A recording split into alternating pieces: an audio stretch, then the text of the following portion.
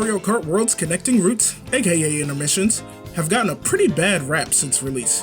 As seen in the intro, a lot of folks believe them to all be boring straight lines with little room for skill expression, leaving bagging as the only reliable way to win while racing on them. However, I don't think that's a complete assessment of these tracks. The Trailblazing community has found a ton of shortcuts on routes. I'm not just talking about mushroom shortcuts either. There's a lot you can do without any items. Don't believe me? Let me show you. Some of the most common opportunities for no-item shortcuts, NISKs for short, come from rocks and other makeshift ramps in the off-road of most routes. There are loads of ways to take advantage of them, like chaining tricks across them, using one to launch into a wall ride,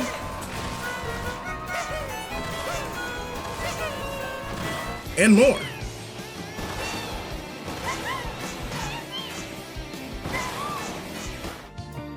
Next up, pole vaulting. Lamp posts, trees,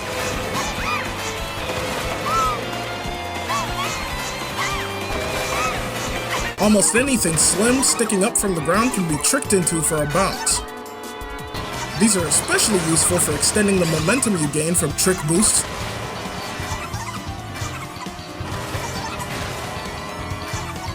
or dash panel boosts.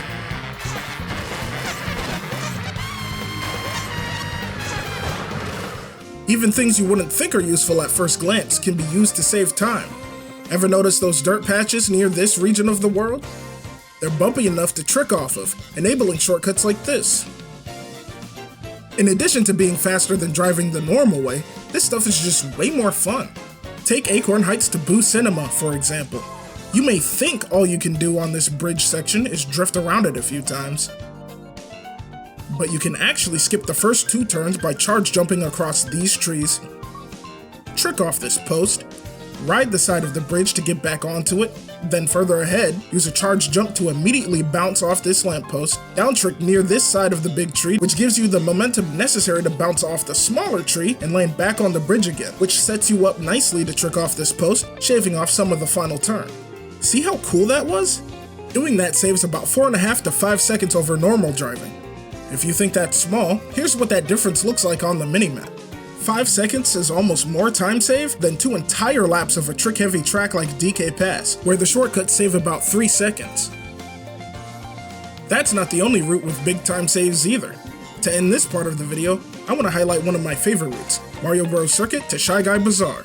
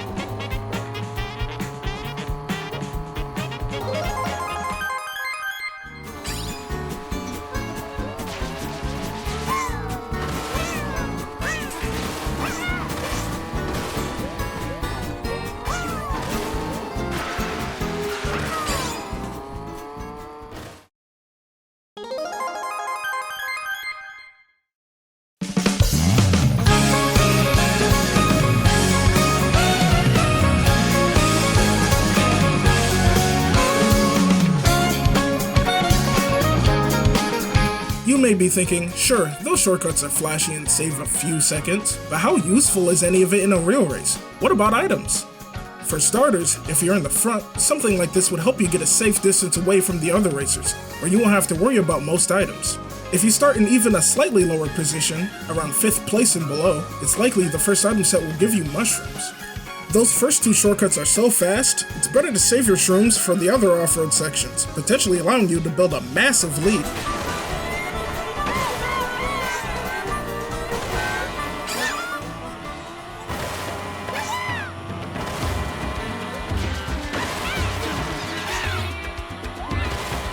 And that's before even reaching Shy Guy Bazaar, which has its own NISKs that save about 3.5 seconds per lap.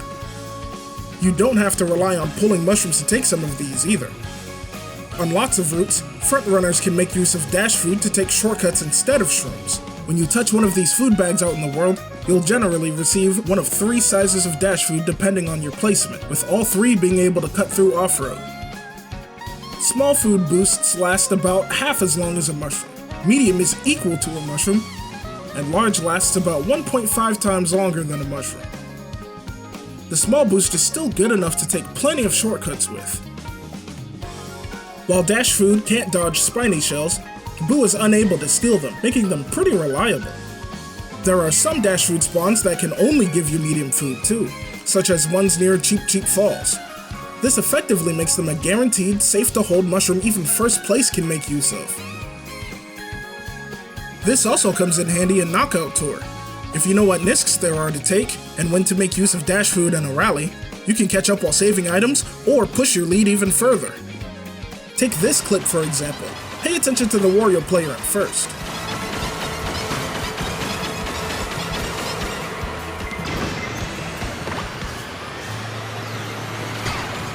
This Wario has a pretty big lead here, and by the next gate, he not only maintained his lead, but was even further ahead.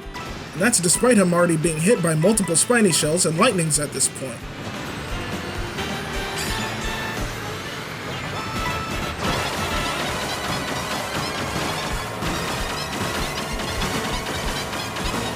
There are even more quirks to certain routes that help them be viable to front run, or more engaging to drive on in general. The feather item has a lot of untapped potential on routes. There's a whole host of possibilities that are just waiting to be discovered.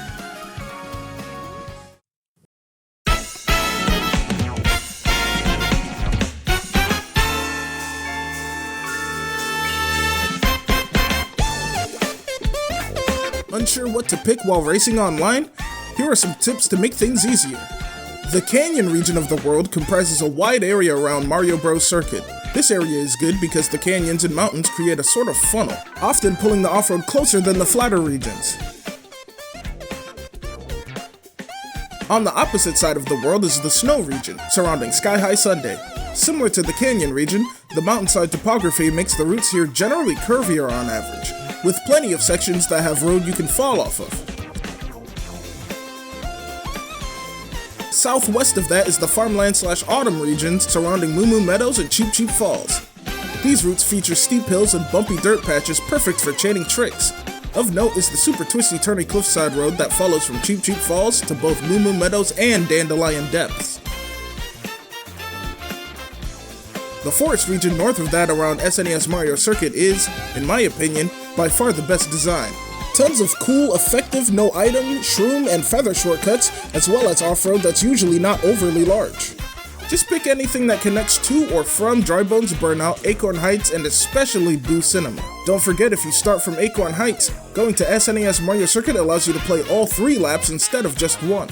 As a bonus, the island region surrounding SNES Koopa Beach was greatly improved in a patch back in December 2025. Most routes to and from Koopa Beach are much better now. Both to and from Koopa Beach to Crown City and DK Spaceport are easy suggestions.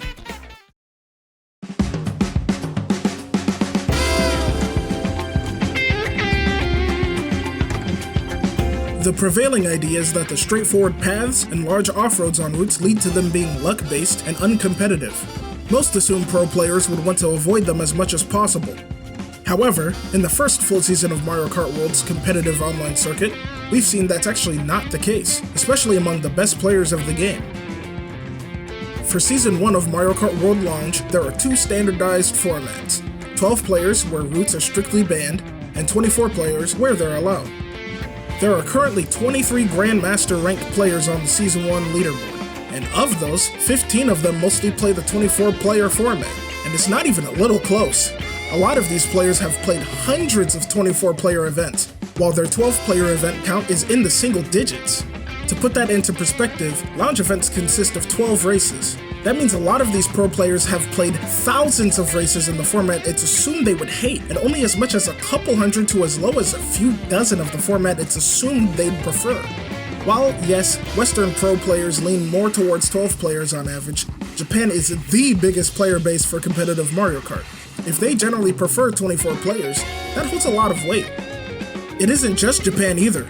For example, one of the best Mario Kart players ever in the West, Liam, currently enjoys 24 players as well. He even has an excellent video going over competitive strategy on them. If all routes were as bad and random as they're claimed to be, why would the best players in the world embrace them to the extent that they have?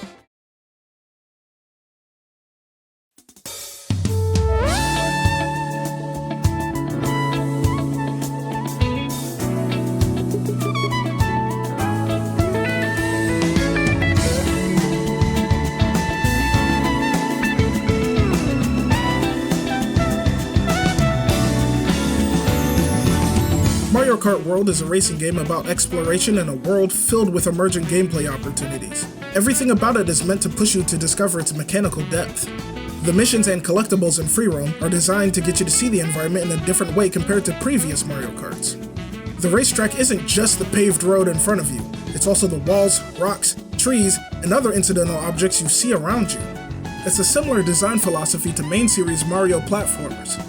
Easy to pick up and play, but with tons of flexible mechanics to master and complex environments to use them in. Levels encourage experimentation and optimization while being subtle enough to not overwhelm beginners or make them feel like they're missing the fun.